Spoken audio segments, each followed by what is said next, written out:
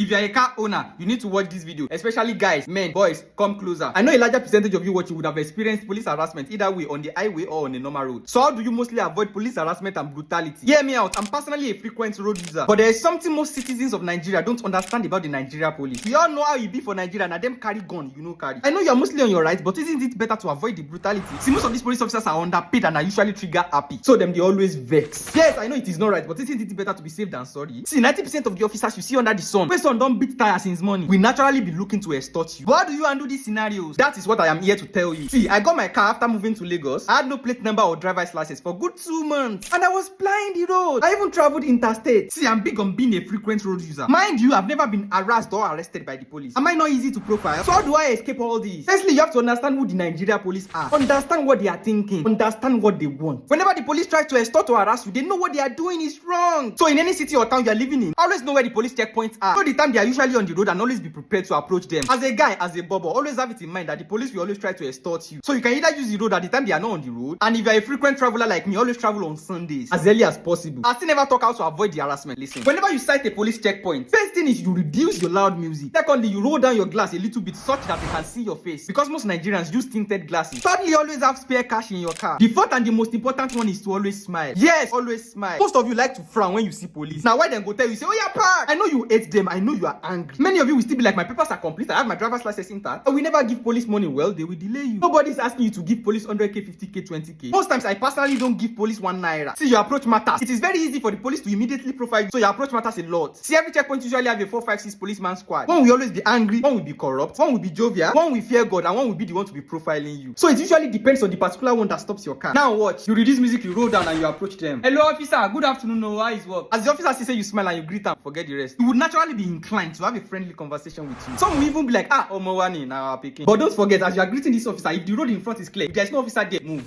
There are 2 ways they usually stop cars. An officer will either jump in front or they wave you down. It is when they jump in front that you try to stop and have a conversation with them. If not, just wave them and drive off. See, I usually get stopped at checkpoints. Notice they parked other cars before me, and I will still leave before those cars. Highest duration I've spent with police at checkpoints is 10-15 minutes. That is because I know and understand what others don't. See, most officers don't ask me for my driver's license, and that's a fact. That is because I engage them. I don't let them ask the question.